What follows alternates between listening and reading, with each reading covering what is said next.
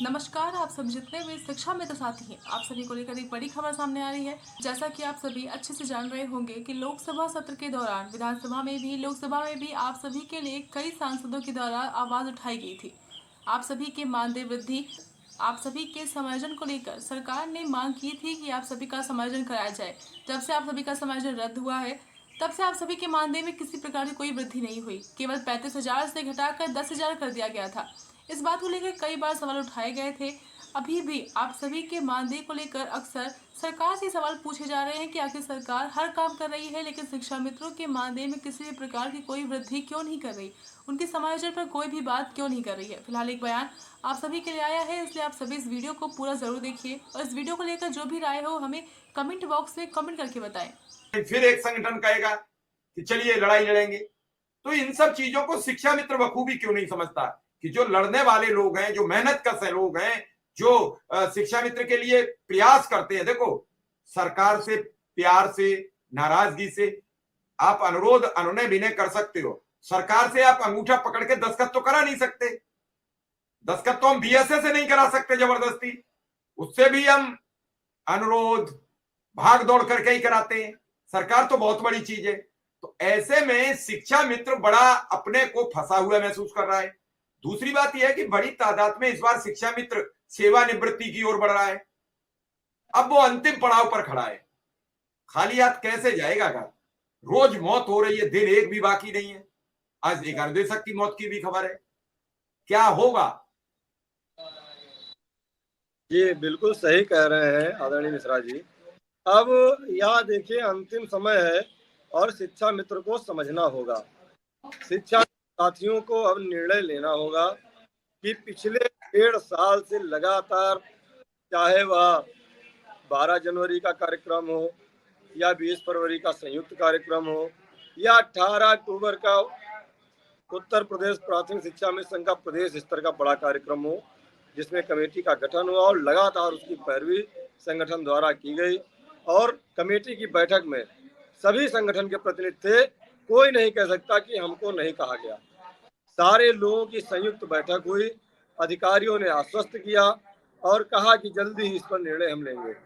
अब उन्होंने नहीं किया तो यह उनकी गलती है या उनको ऊपर से निर्देश नहीं मिला। जैसा भी रहा, उसमें पैरवी में आपने देखा होगा उत्तर प्रदेश प्राथमिक शिक्षा मित्र संघ प्रतिदिन शासन और सरकार से संवाद स्थापित करने के लिए रात दिन एक कर दिया।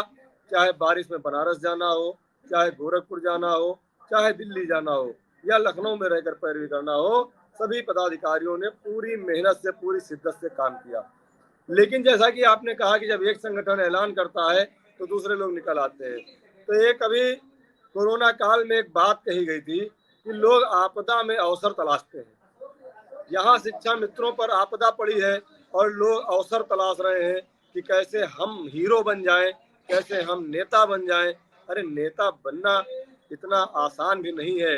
या नेता बनना है आपको तो पहले आप काम करिए, मेहनत करिए, लोगों के लिए त्याग करिए, तपस्या करिए, अपना घर फूंक के तमाशा देखिए, तब आपको पता चलेगा कि नेतागिरी क्या होती है।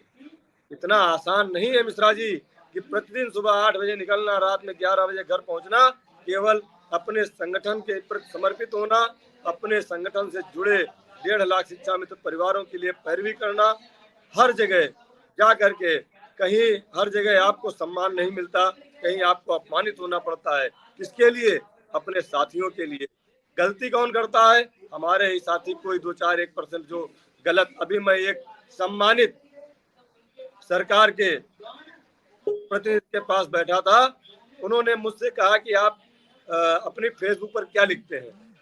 तो हमने उनको दिखाया, एक उनसे ही मुलाकात का हमने एक फोटो दिखाया, तो उन्होंने उनके कमेंट खोले और कहा देखो आपके लोग क्या क्या लिख रहे हैं। उन्होंने पढ़ करके, वहाँ 10 लोग थे, 10 लोगों को सुनाए।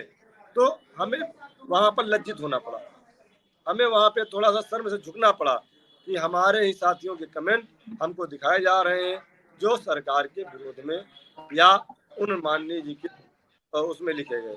थोड़ा सा कष्ट होता है, लेकिन हमारे शिक्षा में साथियों की भावनाएं हैं कि 7 साल से हमको कुछ नहीं मिला है।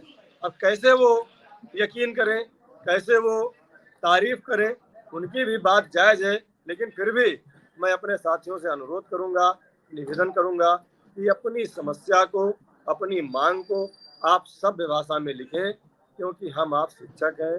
शिक्षक का एक आचरण होता है, एक व्यवहार होता है, और उस आचरण की मर्यादा के अंतर्गत ही आप जो भी कमेंट करें वो करें। और रही बात अन्य संगठनों की, तो सबको आमंत्रित किया गया है। सारे लोगों से आग्रह है, निवेदन है, बार बार अपील है कि एक जगह बैठिए और जिससे शिक्षा मित्रों का भला हो। अब राजनीति, कूटनीति ये सब करने का कोई समय नहीं है। 5 तारीख से लगातार धरना चलना है। सारे लोग आए, सबका स्वागत है। अगर कोई और सवाल हो मिश्रा जी तो आप ले सकते हैं। नहीं, बिल्कुल बिल्कुल, हम अध्यक्ष जी की बात थोड़ी सी